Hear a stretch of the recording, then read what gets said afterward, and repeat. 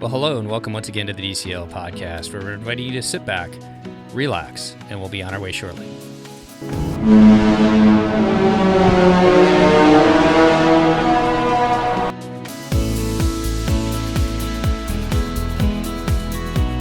Well, welcome back to the DCL podcast, and it's always my pleasure to welcome back to the show our co-host, Christy Puttick of PackYourPixieDust.com. How are you doing today, Christy?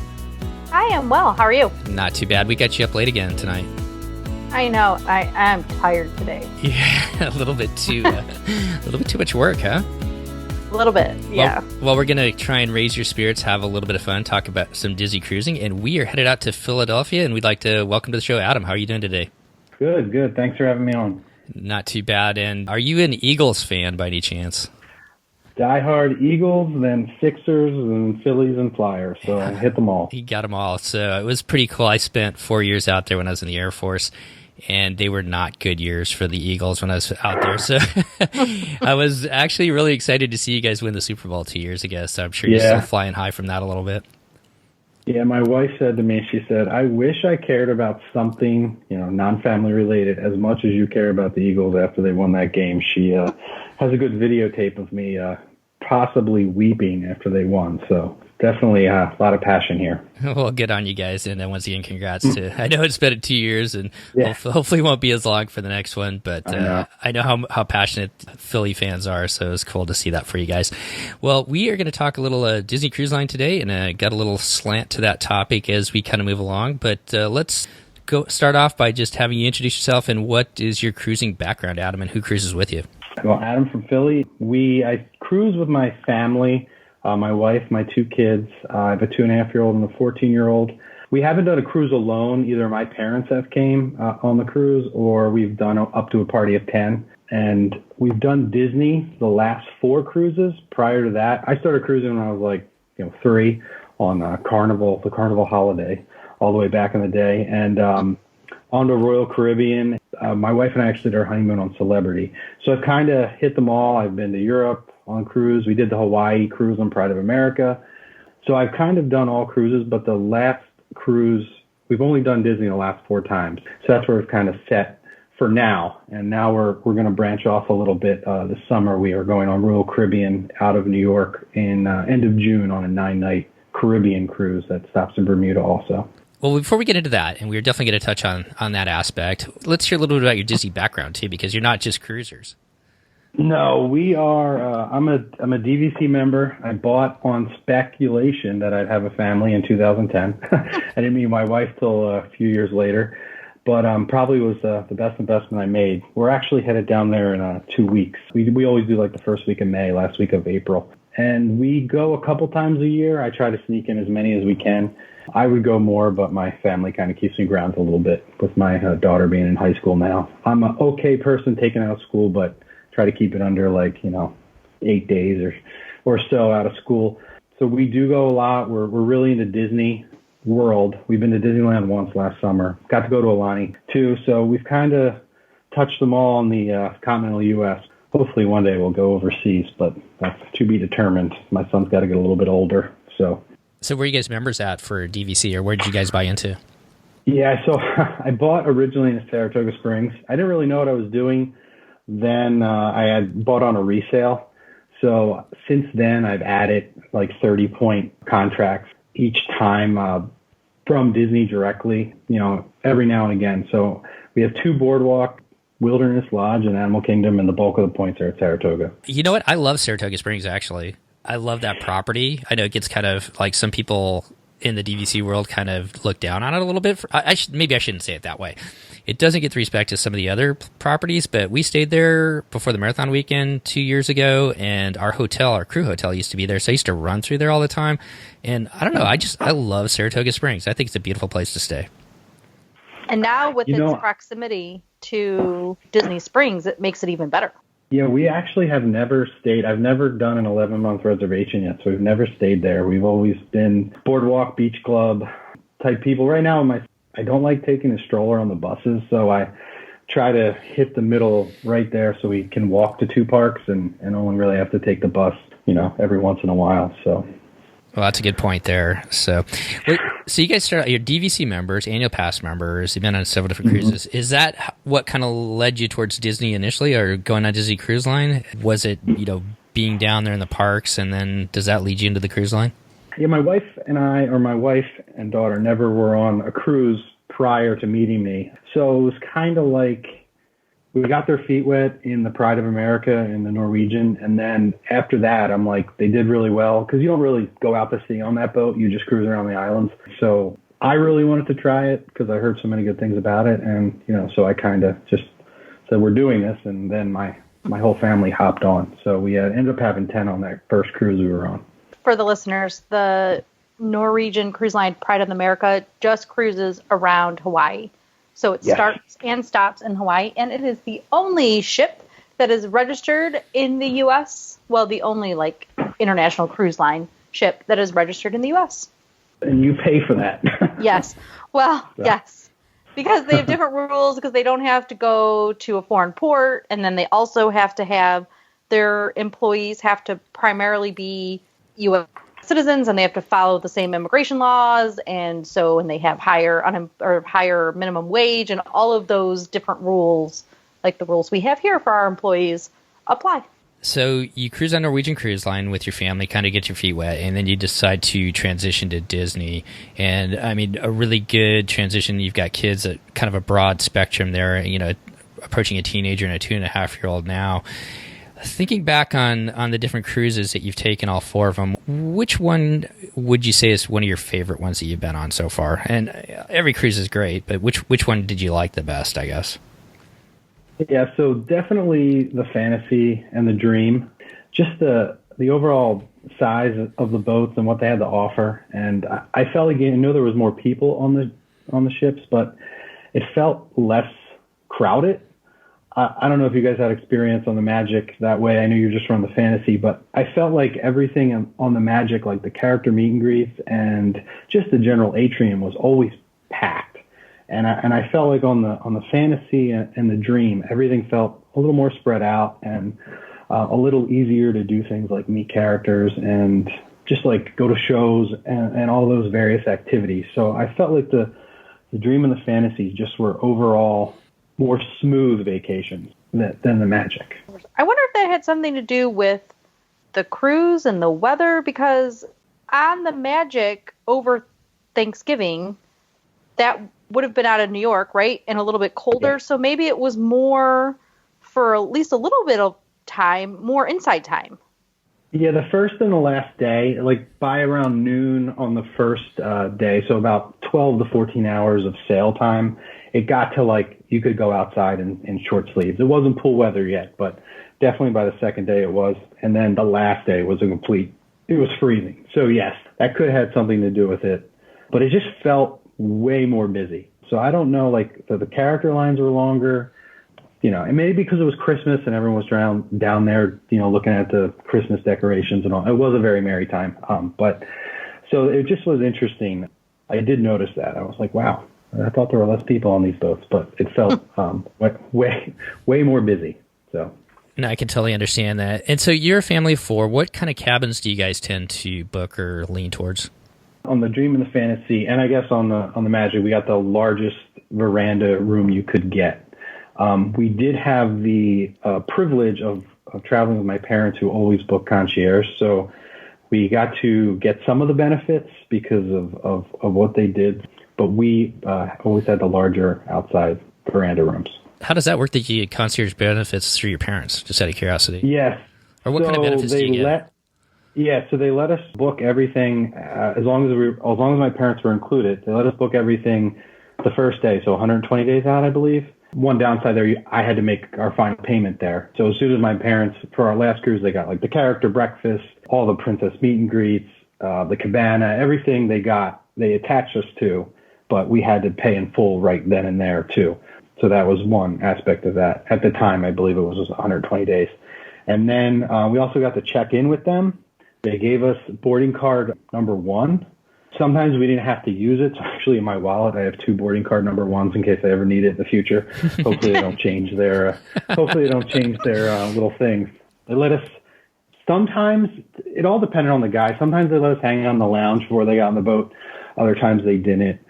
So we basically would get on with them because, my parents would, we would all go up and they would check us in. So that was 2 of them. Like I said, any reservation, even at like Palo, they would make the reservation for us since we were attached with my parents. So all the pre-stuff. And then while we were on the boat, they would let us to go to the special meet and greet for the characters that was concierge because my parents could bring their family.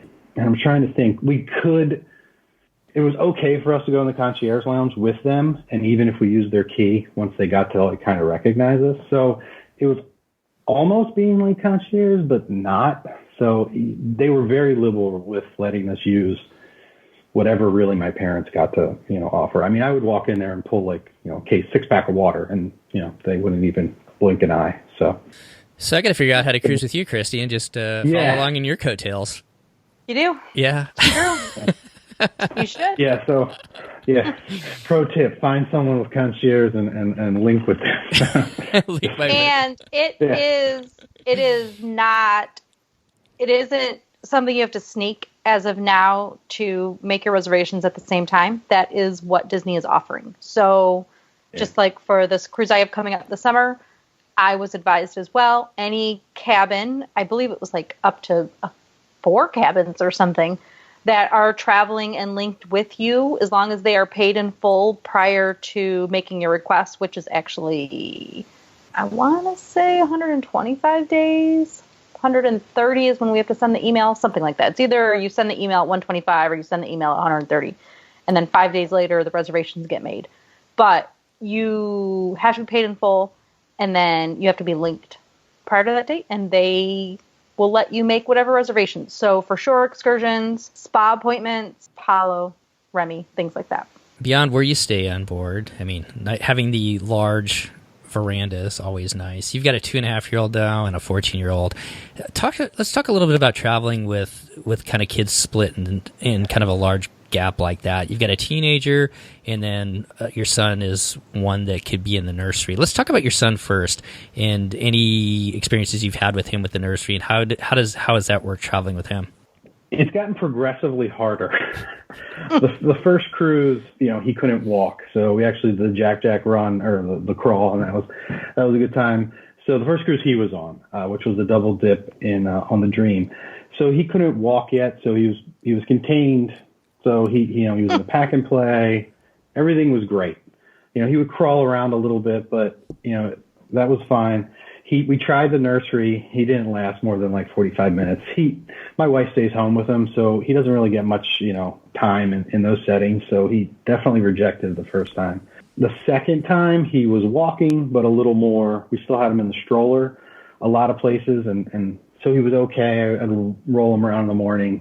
We got a little nursery time there, but again, he didn't do too well. The last time in November, it was rough. He wanted to run everywhere. It was trying to keep him contained. And that was one of the other things I noticed from going on the Fantasy first is, like, for instance, their Andy's Playroom, they built it so like they could close that off and keep the kids club open forever for the kids. And then we could go in Andy's Playroom and just have a safe place for him to go crazy in. And on the Fantasy or on the Magic, that Andy's Playroom is inside the kids club. So they would have to like kind of close the whole kids club down or go into like open time for us to go in there with him. And there really wasn't a lot. I think down on deck 3, right off the Animators, there was a little like padded area for kids, but it had like some like really lame, like squishy things and stuff. So it really wasn't something that we went to a lot.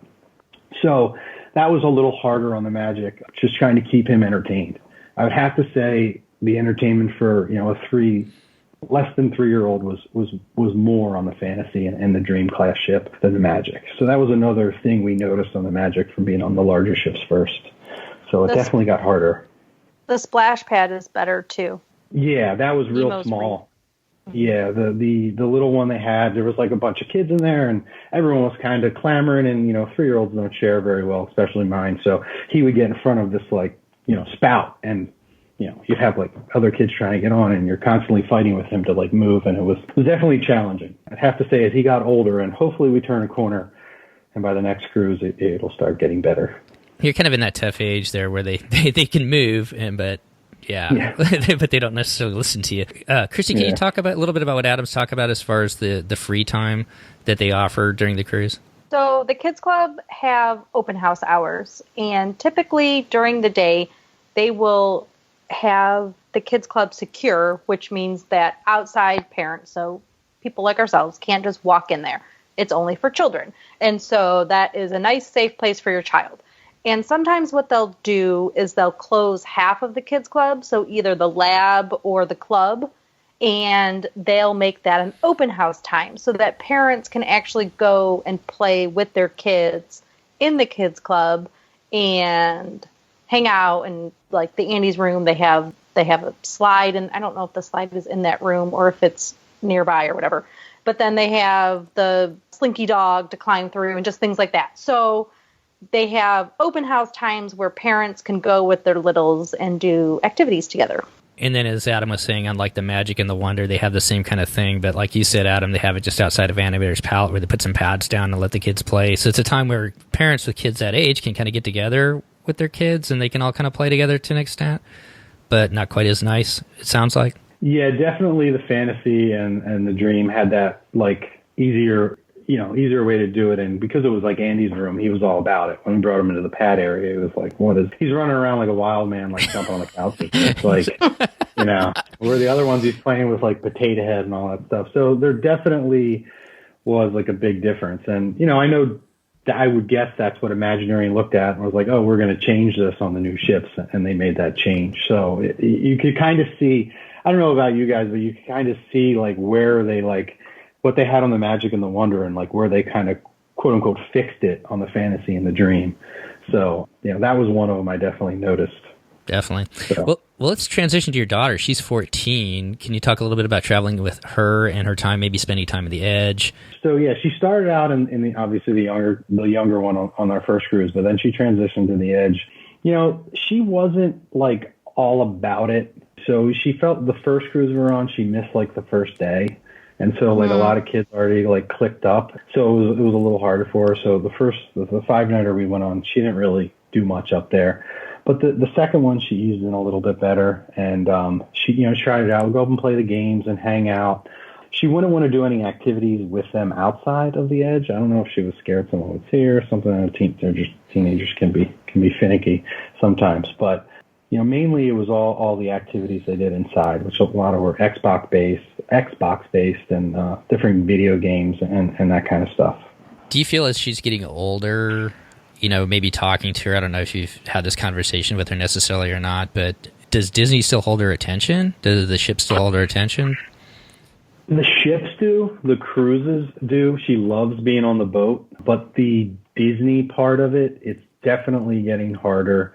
She likes being away with us and she likes it to an extent. But if I said, hey, we're never going on a Disney vacation again for the next 5 years, I don't think she would, lose sleep at night.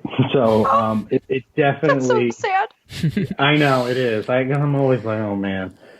She definitely loves going away and she loves the boats. But the first cruise she loved. She was meeting the princesses. It was when Anna and Elsa was like popular or more popular than it is today, and she was all about it. But definitely, it's definitely changed. I've noticed that over the last couple of years, and I guess teenagers stop caring about that kind of stuff and they kind of move on here and there. But hopefully, it comes back. So she did do the pin trading. So that was one activity she got into. I don't know if you guys ever talked about the pin trading on the boat. So the pin trading is nuts. Yeah, that night is crazy. And I've noticed over the last few years, it's gotten like progressively worse, like quote unquote lamer. Like the pins, like our first cruise, we got like amazing pins. Like I still have them on my board back here that we traded with the officers are. And then it got like kind of progressively, worse. And even the last one we were on in November, she brought me to it. And like we looked around for like 5 seconds and walked away because you have a lot of people getting very aggressive. And then it's like, it's not worth it trying to, push and shove to get in front, to get in front of with the officer. Is it the officers that are giving the pins? Is that what's exciting? Well, yeah. So in theory, I did talk to someone about this. In theory, like they have pin trading books throughout like the stores and people will trade pins and the employees are supposed to kind of scour them and get good pins, not the, run-of-the-mill, like Hidden Mickey pins that they trade in the parks. And then they also sometimes do special releases, like for The Force Awakens, when that came out, they did a pin for a premiere at sea and Rogue One. And they, whenever they do, like I have a Britain pin from when the Magic was overseas. So sometimes they do limited release pins that I guess they don't really sell that well because they always seem to show up in the pin trading. So the officers get a lanyard with all those kind of pins, and then you kind of trade with them. And there's probably about 10 to 15 that show up, but it gets aggressive. I saw it the one time on the Panama Canal cruise, and it was scary. Yeah. It was intense. Because there's adults that, like, get up in there to, like, wow. with the kids. So you get this whole, like, dynamic of, like, 40-year-olds kind of, like, rubbing elbows with 10-year-olds, and it kind of gets a little weird in that setting. Because someone sees something and then a little kid picks it out and they're like, oh, I missed it. And it's like, calm down, dude. So I've definitely seen a lot on those things. So I got a question since you've been doing it a little bit longer. My oldest son has sort of gotten into the pin kind of thing. He likes to get something from each time we go and visit the park. So like when we go to Disneyland, he gets like 2018, 2019. Excuse me, I'm losing my voice. But I remember 2 cruises ago, he went to the officer pin trading and he got like an actual officer's pin. It said like, like officer's pin trading night 2017. And we went this time and there was nothing like that. It was just all kind of, like you said, like kind of haphazard pins. Have you seen those actual officer pins? Because that's what I thought it was. And we went down to it kind of expecting that, and we didn't find that at all. Yeah, and the first we went to in 2015 was amazing. And then like it just gotten like progressively worse, and now it was all generic pins. But they used to do that stuff. Like they had Disney Cruise Line specific good pins that they would make for them, and I haven't seen them even the last 2, I guess. So that's too bad. Yeah. I guess maybe hopefully it'll come back again. But yeah, right now I don't know. He was kind of disappointed in it, and I don't think we'll do it again next cruise. Maybe we'll go by it and see, but I don't know. Yeah, like you always guys can did. just kind of take a little gander and see if anything's going on there. But you can take a few seconds to see, and people are definitely aggressive. Yeah. So. Okay, well let's kind of go into what are some of the things that you guys like to do as a family on the ship then? We definitely like doing the shows. So Aladdin. Now once we got my son, we've always had to have like my parents stay for the big nights, and my wife and I will alternate for the less big nights. But the Aladdin night, my parents will watch with our son, and we'll go see it. We definitely do the shows. We don't really do too much like daily activities, more than like relaxing. We haven't done any trivias or anything like that. So it's mainly during the day, pool time, relaxing. We got to see some premieres at Seas. That was fun. Wreck-It Ralph was the last one. So it's more of trying to maximize our time with our children, but try to relax too. So. Well, it's nice your parents are with that they can kind of do that. Do they watch the kids then, or at least your son, when you go to Palo then? Yes. So we've gone Palo every time. And, I heard you talking on the last show that released last week about your experience. And it is the best, in my opinion, for the price, even though they raised it a little bit. But we had great times. Yeah, it definitely beats Subway, doesn't it? Okay. But I definitely feel you, because sometimes we go to Panera Bread and after the 4 of us order food and it's like $50. I'm like, why don't we just go to a restaurant? Yeah. So. I know. I got so much grief about that Subway comment that I made, but at least so ridiculous. Yeah, you understand what I was going with that, Adam. I definitely understood. Good. I think I was a little misunderstood there. So anything else you guys like to do besides the shows, the pools on board? I guess that's not really a good question. You kind of covered that. Let's talk about some of the shore or port adventures you guys have had. I know there's one that you wanted to talk about, and I'd love to hear a little bit more about that too, is on your latest cruise where you guys got to go to Disney World. But before we talk about that one, is there any other ones that have stood out over the time that you guys have cruised? Yeah, so when we were in Cozumel, we just went out and got a taxi and went to Mr. Sancho's, which is like a pool bar, beach. They have all you can get a package, or it's all you can drink and all you can eat if you want to do that, or just all you can eat, or just order off a menu. And they have pools, and they have a water park, and they have I think the water park is a little extra, but they have a beach, and you get chairs, and you have waiter service, and the kids loved it, and we just hung out there all day. And it was like a couple $1 per person taxi ride. You didn't have to, do anything crazy as long as you're okay with taking the taxis in Cozumel. They take you there and they take you right back. And then when we were on the Eastern in St. Martin, we hired a company called Amigo Tours, and we got a private van for all 10 of us, and they actually had car seats. So I made sure of that before we got, and we got a whole tour of the island, and that was right after the hurricane, not right after, but a few months after, and the guy really pointed out, and we saw it still looked like a war zone there. A lot of, devastation and just sunken ships and broken houses and stuff. So he took us all around the island, and then we stopped at a beach and a little beach area and had some food and hung out for the rest of the day. And so that was really cool, and it was a lot less expensive than buying the shore excursion. I don't, from Disney. So it was Amigo Tours. I can definitely vouch for them. Now, how did you find these tours? Do you go through TripAdvisor or just word of mouth or other podcasts, or how have you found them? So the Amigo Tours was TripAdvisor, and then just kind of just Googling and trying to find as many reviews as I could. They were pretty highly rated on TripAdvisor. And then the Cozumel thing, I actually went there on my bachelor party. We did a 4-day cruise with all my friends, and we ended up there. And we had a great time with just guys, and we noticed that whole family section. So that's how we ended up there. So it was just kind of word of mouth on that one. And then since then, I've listened to some other cruise podcasts like Royal Caribbean Blog, and he talks about that all the time. So as one of the places in Cozumel to do. So it made me feel a little bit better that I wasn't just taking my family to a party beach.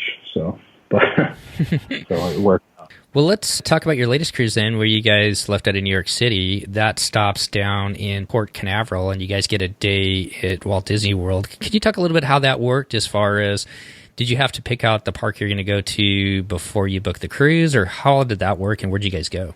Yes, so you did, and that was one of the advantages for going with my parents who were concierge, because we picked that park the first day, so we got like the earliest bus time, which we left around 7:30, I want to say, between 7:30 and 7:45, and we were the first people on the bus. We chose Hollywood Studios to start at because they gave you 3 anytime fast passes that you could use right in a row, or you could spread out through the day and you could go on the same ride over and over again. So we figured, none of us saw Toy Story Land at that point. So we got there, they had you at the park by rope drop. So we got right in there and we went immediately to Launch Bay to do the Star Wars stuff with my son. And then we were able to get over to Toy Story Land. And even though it was the day before Thanksgiving, so it was the most crowded I've ever been in a Disney park. And we got right into Toy Story Land, and we did all 3 of those rides in 45 minutes. It was truly amazing. I was like, oh my gosh, made this whole thing worth it. And then we were able to, kind of get out of Toy Story Land, which was interesting in itself. I don't know if you guys have been there, and that little bottleneck, and imagine, they had like plainclothes, looked like managers directing traffic. That's how crazy it was. And we were able to get out there, and then we went over and, got some lunch, and we ended at Epcot, and we took the bus from Epcot back to the port around 4:00. I think it was like every hour. So it started at like 3:30, and then every hour they were running buses from all the parks to back to the boat up until I think the last one left at like 10 when from the Magic Kingdom, because all the other parks were closed.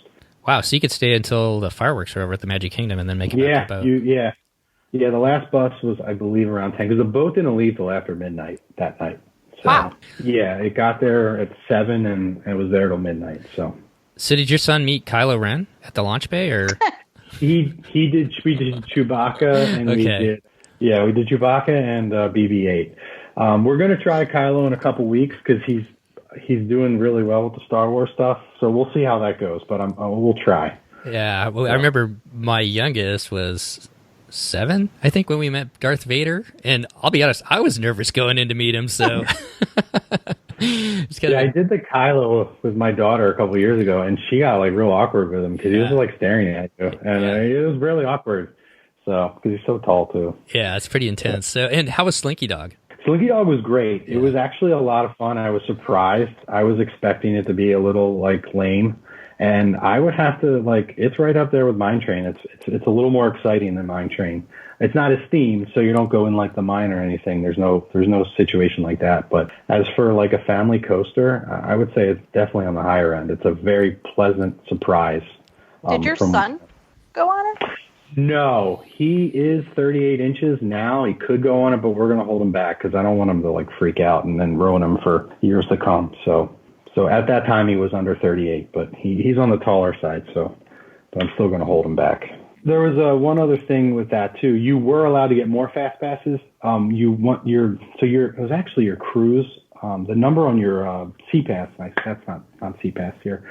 On your card was your ticket number, and once the cruise started, you could load it into the app, and then you could book more fast passes. So you could actually go in with your 3 freebies and then 3 more. It just was like slim pickings by the time we got to do that. So there were a few you could get, especially in the Magic Kingdom. We had slim pickings, but then so you could actually have 6 fast passes like ready to go as soon as you hit the ground, which helps with the crowds. That's super cool. Did they have limitations? Because at one point Flight of Passage was limited, and I was actually surprised that Toy Story Land was available for you.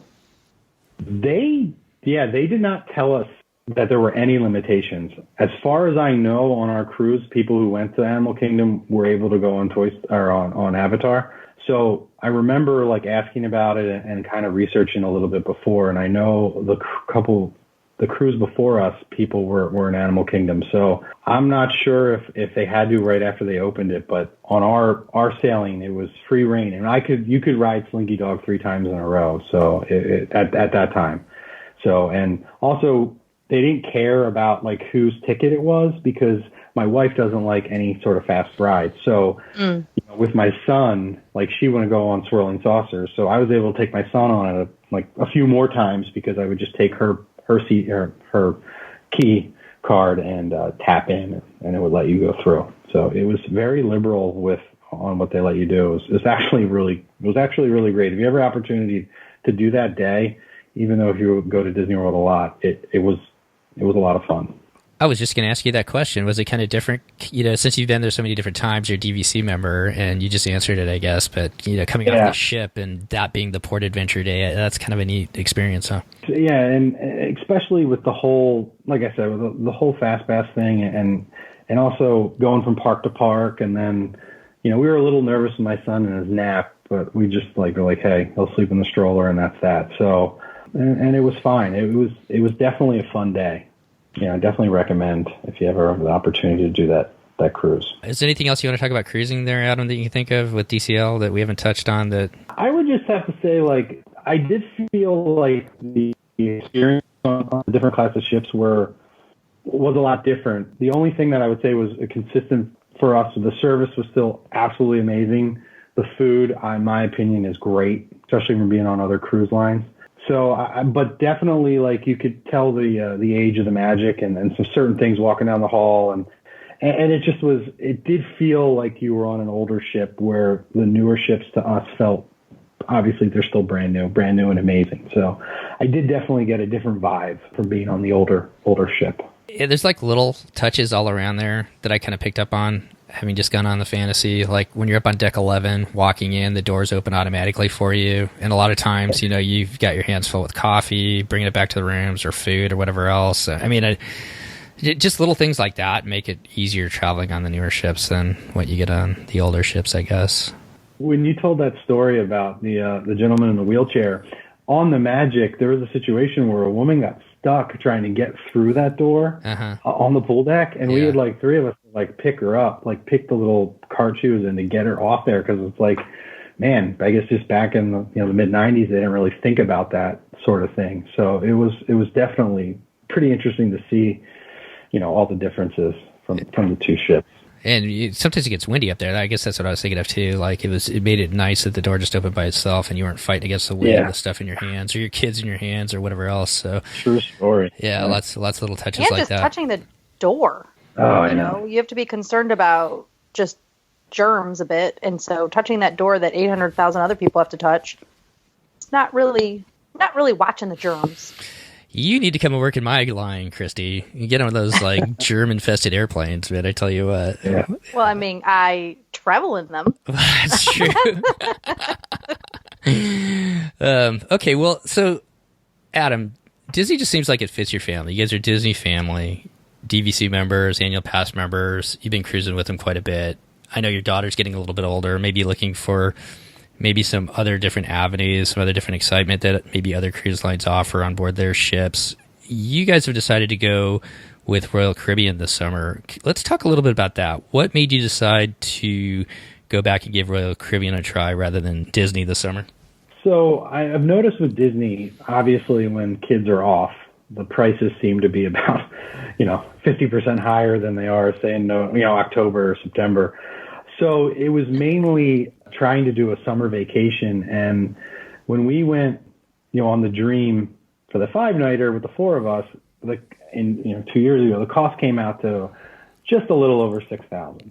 So, I always try to gauge it like for a family of 4 in the summertime, I would like to try to keep it under $1,000 a day because I've priced out vacations anywhere you can think of, going to California, going to, up to Maine. And no matter what you do in the summertime or a spring break time, after you pay for a hotel and food and flights and all this stuff, $1,000 a day.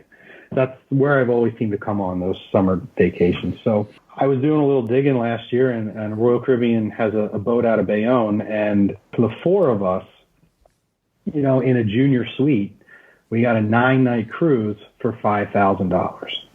And we don't have to fly. And so I was like, you know what? For that price, people seem to love Royal Caribbean. I had a good time on when I was a kid and, and as an adult a few times with my friends. So I was a little nervous because I've only really done Royal Caribbean as like a party cruise. And I was like, we're going to take the family and stuff. Like, I know I was being a little, I know it's going to be fine, but that was my hang up over the years, but so we decided mainly to do it because of price and just to try it out. That's really where it came down on trying Royal Caribbean this summer. And Bayonne is where's Bayonne exactly? It's New Jersey. So it's like just south of the Statue of Liberty, where the Disney Magic Park's up in New York, like downtown, like right in Manhattan. The bigger boats can't get up there. I think that's the largest size tonnage-wise. They can get up the river and park up there. So all the Celebrity and Royal Caribbean, and I even think Cunard, like the QE2 or Queen Mary 2 goes out of Brooklyn over there. The bigger boats can go over there. So it's either Brooklyn, Bayonne, or the Manhattan Pier, and all based on size. Well, I don't think you're the only one of us, or for those who've only traveled on Disney or cruised with Disney, that don't think the way you do, as far as being a little nervous about taking that first step on trying a different cruise line. And we've had some friends. We've been on Norwegian several times with a set of friends, and our friends went by themselves down to Mexico out of Long Beach this past spring, and they said it was a completely different crowd than we've sailed with over in Europe. So the 2 times I've been on Norwegian, it's been over in Europe. So my guess, the other cruise lines like Norwegian and Royal and Carnival are so big. There's so many different ships.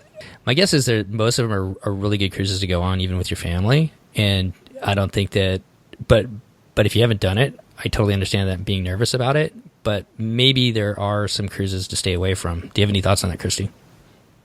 Yeah, so definitely 3-night and 4-night cruises over college spring break periods, even 3 to 5-night cruises on the Carnivals and the Norwegians and the Royals over college spring break is just going to be a party cruise. It's just a bad idea. And I think the drink package makes it that much worse, the opportunity to purchase the drink package.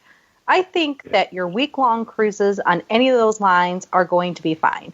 And I've cruised them. I've cruised them in the past 3 years.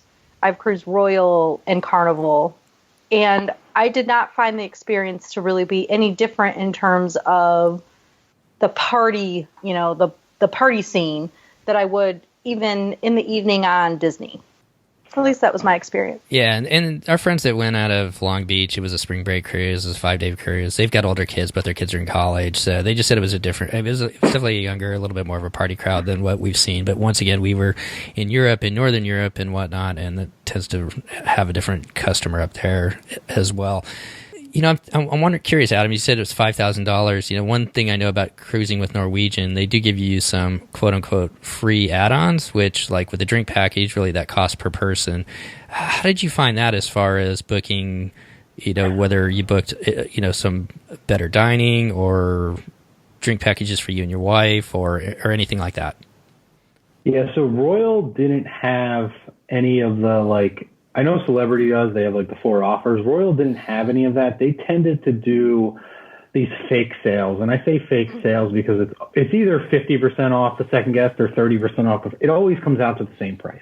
The price will fluctuate over time, but and they always have a sale that's expiring today. Yeah. And there's always a new one. Where you can catch it is sometime they offer either onboard credit or just a straight $300 off or $500 off, or book now and get a $300 onboard credit.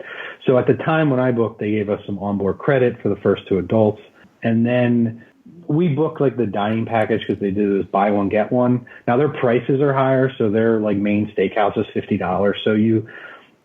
So I guess they raised the prices because most people buy the buy one, get one. So you get 2 specialty dinners for $50 instead of, buying them on the boat for $40 or $50 a piece.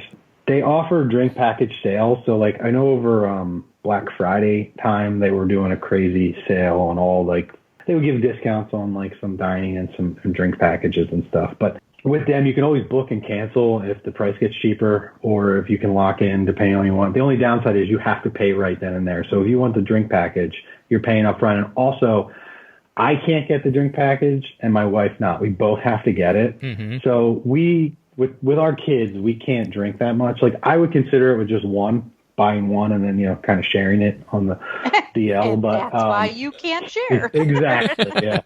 Or why they won't let you do one. Yep. So on Celebrity, when we went on our honeymoon, they let me upgrade mine for whatever. And then she got to stay on the regular one. And then I would just kind of always use the upgraded drink package. But I did notice that a few years ago. So they still allow that. Yeah. So there wasn't much on Royal. They don't do, you can prepay for internet cheaper. I know you can prepay for, I think really internet's the only thing they really super advertise that's cheaper. And then the buy one, get one, especially restaurant. Occasionally Royal will have drink packages at 10 or 20% off, 10% off maybe, something like that. But they don't do drink packages included or any other. Adam was exactly right with his recap of the pricing and how they do it. And then how about for your son, being younger, as far as using any type of club or kids club or nursery that they have on board? I know that sometimes that's an extra fee. Did you look into that at all? So yes, they do have a nursery just like Disney does. And it's the same sort of structure with the dollar amount, like a $10 an hour type thing. I did do some research through the Royal Caribbean blog and stuff, and they made it sound like the kids club in theory is structured similar to Disney. I don't know how practical how similar they are until we get into them. But they do seem like there is an opportunity to leave him a little bit here and there. So we'll see. That's going to be definitely we'll see on the fly. So it could go horribly wrong or it could work out. So. What ship are you on? The Anthem of the Seas. Oh, yeah. So, okay. There's a couple of things. One is they do have good nurseries on those ships. The only reason we didn't leave my son, because he was at nursery age when we were on Royal, was that my mom was there. And so she would just keep them. So I would not worry. The nursery was really nice. One of the coolest things they have that Disney doesn't have, you can check out toys. And they have this big book you can flip through, and then there's a bunch of different toys in each one, so you can take them. They might be a little bit younger now that I think about it, because your kid will be probably 3 or close to 3 when you guys do. Yeah. But they'll have something. And I don't know how your child is, but mine, even now, will randomly be playing with something that's so a baby toy. But True. What I recommend is take a picture of whatever the items are that's in that bag, because you have to return every single item, and there will be 8 items or something in there. But it's great, and there's no charge unless you lose something, which is why you should take a picture so that you can remember to find all the pieces to bring it back. But you can take out something and you can return it and get something else out. And they also have those open house times in various areas that you can go and play. And again, it might be a little bit young for him, but it's certainly worth checking out. Oh, great. Cool. Before we finish up, Christy, you're going to take off tonight. I know. Thank you so much for staying up this late. You're welcome. No problem. And I know it's not late for others, but I got to go to bed. No, you've got important things to do in the morning, so. I do. Thank you, Adam, for coming on. And Steve, as always, it's been fun. And I will see you guys all next time. We'll talk to you soon. And then how about your daughter then? Are there any things that she is excited about as far as looking at the ship before you guys go? Yeah, so there's a few things. There's a C-Plex on there that's like a kind of like an open-ended activity space where they have like bumper cars. You know, they do roller skating in there. I heard they do like circus training, like you can learn how to like do I heard that on a different blog. And then there's also this like iFly. Have you familiar with them? Like where you fake parachute? Yeah, the air blows you up. Yeah, it's a big fan, and then you jump on top of it. It's pretty intense. Yeah. Yeah, so they have that on board, and those are two of the things that we were definitely looking at as a family. And actually, with the whole the popularity of Queen on the boat, their show is We Will Rock You. Oh, nice. Yeah, so apparently it's the same exact one that was on Broadway. So she definitely is looking for that because she loves classic rock. So we've got her a record player this year for Christmas, so she's all into that kind of stuff now. So those are the things she's focusing on, which it seems like this boat has more for her to do than the Disney boat does outside of the kids club. And we've kind of talked about it. If you don't get up there that first night, and for whatever reason, we've been lucky so far that our oldest, who kind of needs more of that, or is at that age where he's kind of craving that social attention. He's a social guy, I guess, so he likes to have, if it works out and he meets up with people, then he has a great cruise. And it's in the back of my mind, it's always been like, well, what if he doesn't meet anybody this cruise? The next cruise we go on, how is he going to be entertained as far as what Disney does? Because he was never into the characters to begin with, or neither one of our kids have ever been into the characters, to be completely honest. But they do love the travel. They do love like the dining and all that kind of stuff. But as they get older, like your daughter, it kind of makes me wonder when we will branch out and eventually, at some point, we're going to be going on either Royal Caribbean or Norwegian with them to kind of give them a different experience as well. Yeah, and honestly, I kind of am using this as a break for my family to kind of go outside of Disney just to see what else is out there because. We had probably a 3 or 4 year stretch there where it's like every vacation was a Disney vacation. And, I loved it, but I know not everyone is, into that. So it is a branch out time. So we'll see. Well, I think you're going to have a great cruise. The one thing I was going to talk to maybe with Christy, I don't know if you want to touch on this, is like trying to find any type of value on DCL. Like, I mean, there are seasons when you can find it. And like you said, when the kids are in school, you can find some cheaper prices. We don't have a problem taking our kids out to an extent as well, but you can't do that all the time. Yeah, I've noticed the best prices for the Fantasy for the 7 nights have been like that September, October, early November, and then May, and just before kids are basically like when it's almost like the same time in the theme parks. Like when is the least chance you would take your kids out of school? The very end of school and the very beginning of school. So that's we've kind of settled on that May time, and I've noticed the prices for definitely May and October for a 7-nighter have been a little more reasonable, under that $1,000 a day, I like to say, for Disney. So basically, I did rebook a cruise on my last one. I rebooked a 3-nighter for next April on the Dream. Okay. And then we're going to do, Disney, or the 3-night cruise, and then we're going to spend, the rest of the week in Disney World. And that came out to about, for the same room, it came out to about 20 with the discount, about $2,300 for the 3 nights for the 4 of us. Mm-hmm. And then I'm kind of using that cruise as a springboard to get a reservation on one of the new boats, because that'll give you a 2-year window to, if they even do discounts. Maybe they'll at least give you an onboard credit. So I'm using that cruise next year to springboard me that would get me into April 2022. So hopefully one of the boats is out there for reservations. Yeah, I think I can't really say. Hopefully. Yeah, exactly. So, some of the other ones I've seen, like the West Coast cruises up until last year were pretty cheap on the Wonder. Of course, you got to get up the West Coast. It works for us. It doesn't work for everybody. But the Wonder were pretty cheap. But those prices have come up too. It seems like they must be filling those cruises back up. And then the other one I know that tends to be a little bit cheaper is out of Galveston. And I think that just Galveston has to do and San Juan. Yeah. San Juan, I heard, is like you can get some, especially when they reposition the boat. I remember like San Juan to Miami, or even the New York to San Juan one was like really, for Disney, like really, I wouldn't say cheap, it's not cheap, but for Disney cheap.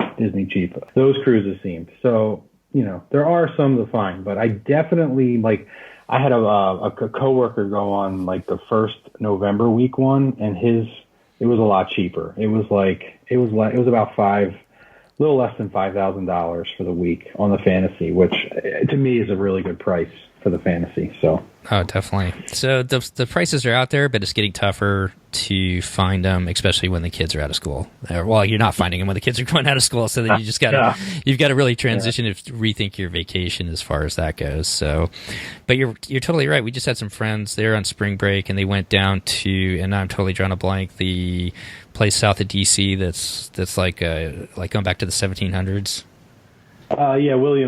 Williamsburg, yeah. And I mean, it was amazing how much, they spent a lot of money to get down to Williamsburg. They were there for like 5 or 6 days, which I didn't realize there was that much stuff to do, to be completely honest. But, $1,000, I think you're right in the ballpark for what things cost these days. We have the Poconos, which is like a lame skiing area. I don't know if you remember that from when you lived out here. Oh, yeah. Up North PA. And they have all these things now. It's like Great Wolf Lodge opened up these indoor water parks. And they're pretty expansive now. It's like a big thing up there for the summer or for the winter time. And if you want to take your family there for the weekend, it's crazy. It's like $500 a night plus food plus all the other stuff you're going to do there. And that's just to go to the Poconos in the winter to go on some water slides. Yeah. I know people rag on Disney for the cost and the way the park passes are structured now. But like, when you try to take a family of 4 on anything, like I'm taking my family to the Phillies game end of May, and just 4 tickets that weren't in the nosebleed section was like, $80 a piece for a baseball game. And there's 82 home games a year, plus parking and food and stuff. So it's like, it's just expensive to take a family of 4 anywhere. I mean, even to Avengers, the movies, so. Well, anyway. You hit on a perfect point. I really appreciate you, Adam, bringing up this topic, and kind of wanted to talk a little bit about it. We could probably do another whole show just on pricing as far as vacations go and whatnot. But I really appreciate kind of helping us branch out and finally touch on this topic, because I know it's an important one, and we all feel it. The majority of us, feel it. We have to make those choices on what's best for us and our families. You guys are going with Royal Caribbean this summer, and I'd really love it if you would come back on afterwards and kind of, absolutely pass on your experiences to not only to Christy and I, but especially to our listeners. So when other people want to branch out, because there's a lot of other cruise lines that do an excellent job, and they go to places that Disney doesn't go to. And if you want to go there, you're going to have to find some other way to do it. Yeah, like when those Greek Isle cruises dropped and the prices came out, I almost fell off my chair. Like, I was blown away that some of the things they were charging for, a 10-night Greek Isle cruise, when Royal Caribbean is like a similar boat priced at like a third of the price. It just amazes me sometimes when Disney does these things, but they sell them, so I guess I don't really blame them. So. Yeah. Well, they know their audience, because it's a cruise people want to do, and the people are going to jump on it. Supply and demand, right? Yeah, absolutely. Yeah, makes sense. Well, cool. Well, anything else, Adam, before we close out the show tonight? No, I think that's it.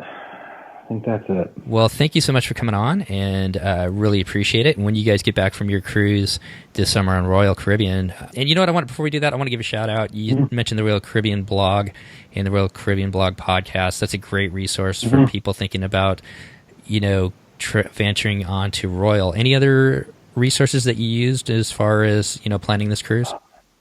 No, that was really it. He pretty much has the market cornered in that information. It's amazing too, and he's really, just like you answer questions, like he's really responsive if you do reach out to him. If you have a question, he's got a website that, everyone has. I think he has like forums and stuff too that you can kind of find an answer pretty quickly. So And I got to give a shout out to my friend Doug Parker over at Cruise Radio. He does a great job. He does a lot of information on, especially Carnival Cruise Line. He does get a lot. He's got a lot of information there.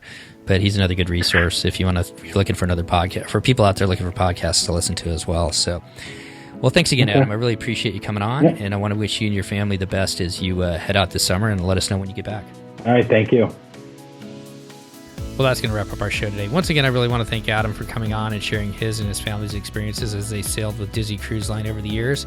And I know they're going to have just an amazing cruise this summer with Royal Caribbean as well. And we look forward to hearing back from him and all about his and his family's experiences as they sail out of Bayonne, New Jersey. If you would like to come on the show and share your experiences, we sure would love to have you. You can reach out to me, Steve, at DCLpodcast.com. Of course, you can always reach Christy and I on Facebook at DCL Podcast. And you can always reach Christy over at Christy@packyourpixiedust.com.